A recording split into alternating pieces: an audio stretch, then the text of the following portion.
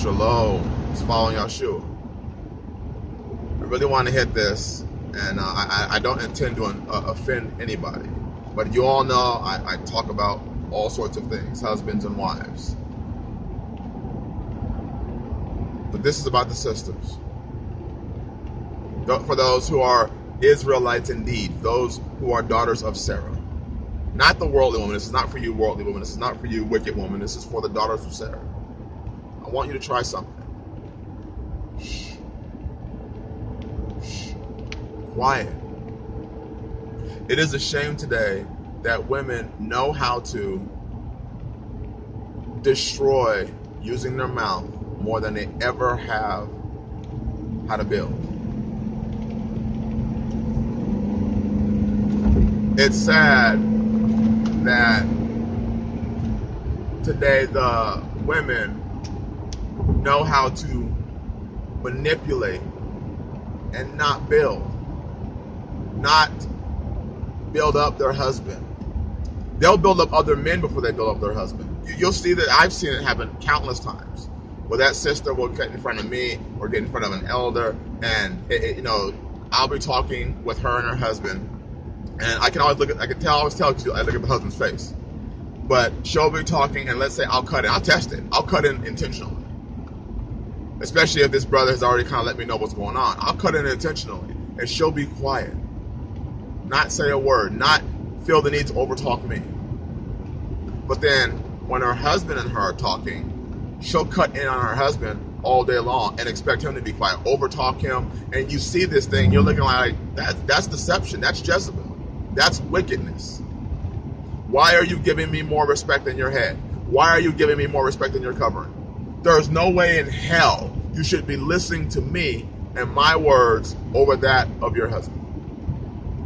If your husband is wrong, then you can lovingly bring to him something. Lovingly. But see, most of you don't even know how to love. You don't know how to bring something to your husband lovingly because you want to bring it to correct him. What does the Bible say? If your husband is off, if he's off, you will correct him with your chaste conversation. And that conversation isn't your mouth, it's your mannerisms, it's how you live. That's how you'll correct him. He'll look at your chastity, he'll look at your modesty, he'll look at how humble you are, and he'll get himself in order by the sheer fact that you are being what you said you are, a daughter of Zion. If he's a righteous man, if he's a man that loves the Father. But so many women today want to use this. They want to yell and scream and fuss and fight and argue. And he's not going to hear that. He's not, I try to tell women this. There can only be one man in the house. Only one. There can only be one man who's fulfilling the role of the man in the house. There can only be one head. If you are doing and talking and acting like a man, well, guess what? I'm not gay. So this can't be, because there can't be two men in the home. It's not about your dress or head covering. It's about how you live. It's about what you are. That tells me what you are. And that's telling your husband. You want a man who's strong, but you want your man to be gay. Because you want to be the man also in the relationship. You want to have a say just like he got a say. Why don't you listen to me? See what I'm saying? Why is it that the woman, that you sisters, some of you have learned to destroy him and tear him down? And then when you have this, what does it say in Apocrypha, in Ecclesiastes chapter 25? Look at the end. It says, a woman who will not comfort her husband in a time of need makes weak hands and feeble knees. That means he's going to be weak. His knees, his hands. Your hands are supposed to be for war, and his hands are weak. He's not going to build. Yahweh blesses the work of your hands. If your hands are weak, how is he going to bless it? You're not going to be able to do anything. And your knees. That means you're not going to be able to stand. So you're going to have a husband who can't stand and can't work because of you. Do you ever figure that maybe your mouth was there to comfort him, to give him comforting words, to give him peaceable words? Why is it that that's not so? See, it hurts me when I hear about these testimonies or these situations. It hurts me when, I see these situations happen because I'm watching a man be destroyed by your mouth. Your mouth. The Bible says a wise woman buildeth her house, but a foolish one plucketh it down with her hands. Or a wicked one plucketh it down with her hands. Today, women are using their mouth to pluck down their whole home. Their whole home's falling apart because of her wicked mouth. And the Bible speaks all over the place. We all have the Bible. We all have it right in front of us to read, to study. Why aren't we studying these things? And why are we not doing them? What does it say in James? Be a doer of the word and not a hearer only. Deceiving yourself. If you are reading what the Bible says about being quiet, being humble, being submissive, obeying, being in subjection, being reverencing your husband, if you can read that, but you don't do it, you're going to deceive yourself. Giving yourself a false sense of pride, a false sense of humility, thinking that you're humble and I'm really doing a good job, but yet your house is falling apart. Your husband's no stronger than he was when he first met you. And when he gains strength, he gains it in spite of you, not because of you. There is so much power a woman has in the life of her husband. And it's sad that so many women use that power to destroy. They have that black widow Jezebel syndrome, where every man they get with, they destroy him. They suck the energy, they suck the life force, they suck the blood, they suck everything out of him until he's a shell of himself. It shouldn't be so. You hear sisters, boast on their husband. My husband's awesome. He's smart. He's wise. He's this. He's that. Until he says something that her emotions don't like. Then suddenly, he's none of those things anymore. He's wicked. He's evil. He don't want to listen to me. Of course I'm not going to listen to you when you're... Why would I listen to you when... Why is it that, sisters, why is it that there's such a requirement for the man to listen to you when you're out of order? You always want a man to listen to you when you're out of order. Why you're not listening? You're not giving me a chance. I got something to say. How about this? Say nothing. Literally. Open up your mouth and say nothing. And then stop talking. Because that's not the time to speak. A man has to... We go out into this world, we as men of Israel, not just men, but men of Israel. Those of us who go out, we put our hands to the plow, we do it so that our wives can stay home and raise the children. We're trying to put you wives in the optimal position to grow. What the hell is the point of putting, of working ourselves the way we do, of doing what we do, if you're not going to grow in your situation? And you're just going to sit there and just, what? Do nothing? I'm raising the children. No, you're not. You're teaching them to be just like you, to run their mouth. And then what you're going through and what you're doing is not rubbing off on them. Now they're acting the same way you do. And you have the nerve to get mad at the children when they do it, but not mad at yourself when you do it. There's no order. And it's sad, and it's tearing apart our homes. It's tearing apart our so-called Israelite homes. It shouldn't be so. I mean, I hear it, women literally boasting about their husband. And 20 minutes later, that man, he ain't nothing because he said something that she didn't like.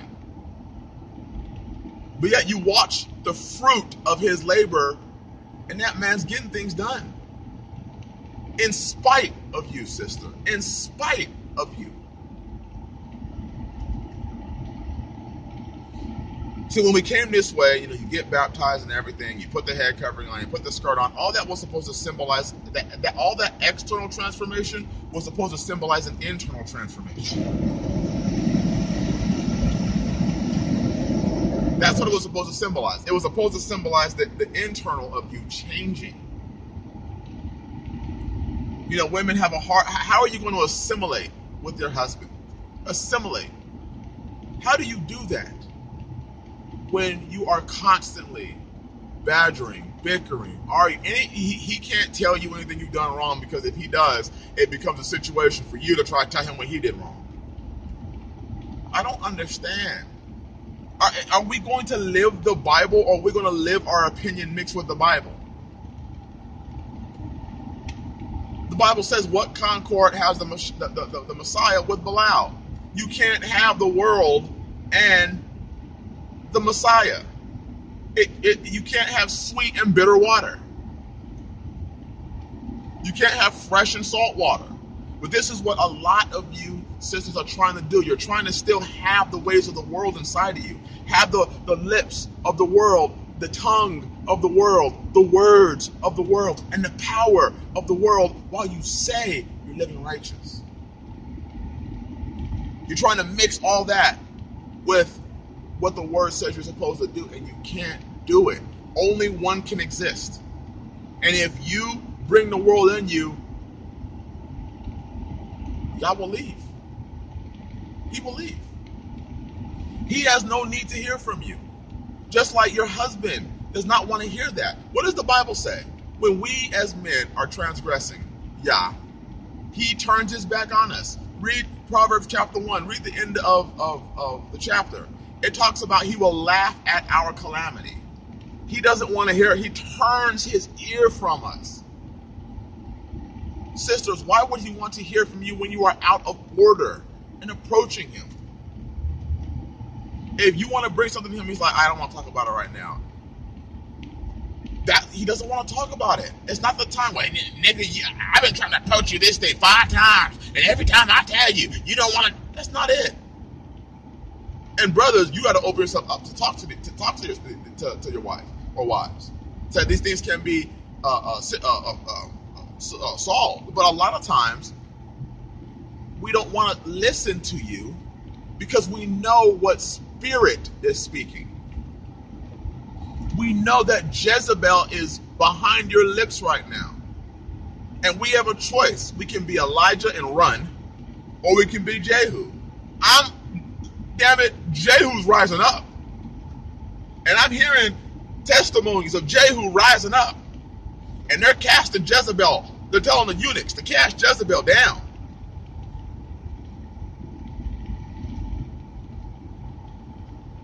But it shouldn't be so. Sisters, your mouth was given to you to build and to uplift. It was supposed to be a beautiful thing. But you're using it all wrong now. Just like many use their bodies all wrong. It's like taking a hammer. A hammer is used to drive nails, and pull nails out. But it's like taking a hammer and beating somebody up with it. That was not the intention of the hammer. Your mouth was never intended to go and beat somebody up with it. It was intended for the work of Yah. And that work is your husband. There's nothing more powerful than a wife who was uplifting her husband. Yeah, I hear the testimony, sister. For some of you sisters out there, I hear your husband talking about, man, she said this to me. I felt like I could lift up the world. In fact, I did lift up the world. You just don't know, Brother Chris. You were being lifted up in the world, and it was me. These men feel like they can accomplish anything. Likewise, when your mouth be running and wickedness is coming out, it is a stain. It's a scourge. It's a curse to that man. We have to get to a point where the word of Yah is more than just words on a page, but something we live. It's something that goes in our heart. So that when wickedness starts to rise up, that Ruach, that spirit of Yah that's in us, rises up. And sisters, you're a warrior too. You have to fight that Jezebel spirit inside you. You've got to fight tooth and nail against these things that are rising up inside of you. Because our families are suffering. And I talk about lazy men all the time. But man, this is up from the Apocrypha. All wickedness is but little to the wickedness of woman. Let the portion of a sinner fall upon her. Sisters and daughters of Zion and daughters of Sarah. It shouldn't be so. This should not be something that's being said about you if you are a daughter of Sarah. Let the wicked have their ways. Let the unrighteous have their ways. Let them have their thoughts. Because this road that we are on, the few of us that are on it, we need each other. We need each other. And there are so many that are falling off because of the sickness that is inside of them. Many are called, but few are chosen. There's a wide road and there's a narrow road. Ask yourself this question. Every day when you go to bed, what road were you on? And everybody can do it, brothers and sisters. What road, when you lived your life to that day, what road were you on? Were you on the narrow road? Honoring and obeying your bride, man? Honoring your husband, the Messiah? The relationship between the man and his wife is like the Messiah and the church. Daughters, sisters, do you want your husbands talking back against the Messiah? You want a godly man, but you don't want to be a godly wife. And what I mean by that is a daughter of Zion. There's a way you are to conduct yourself that is holy, that is set apart, that it gives an example to other sisters, that gives an example to your daughters, that gives an example to the world. If Yeshua was in your home right now and heard the way you speak to your husband, if he was sitting there staring at you right now, how would you act? Because guess what? He is in your home, staring right at you. And while you may get in front of that brother and get in front of that elder, get in front of that pastor and act like you've got the most respect to these men. Oh, I respect that pastor. I respect this elder. I respect that brother. But you gave your husband crumbs, you will be judged. Because before you honor me, an elder, a pastor, anybody, you need to honor the man that is covering you right now. Honor that head that is covering you right now. Because guess what? I'm not going to work to pay the bills. I'm not going to work to make sure that you have food. I'm not going to work to make sure you got clothing on your back. So why the hell are you giving me more respect than him? It's following your shoe. Bless you. Shalom.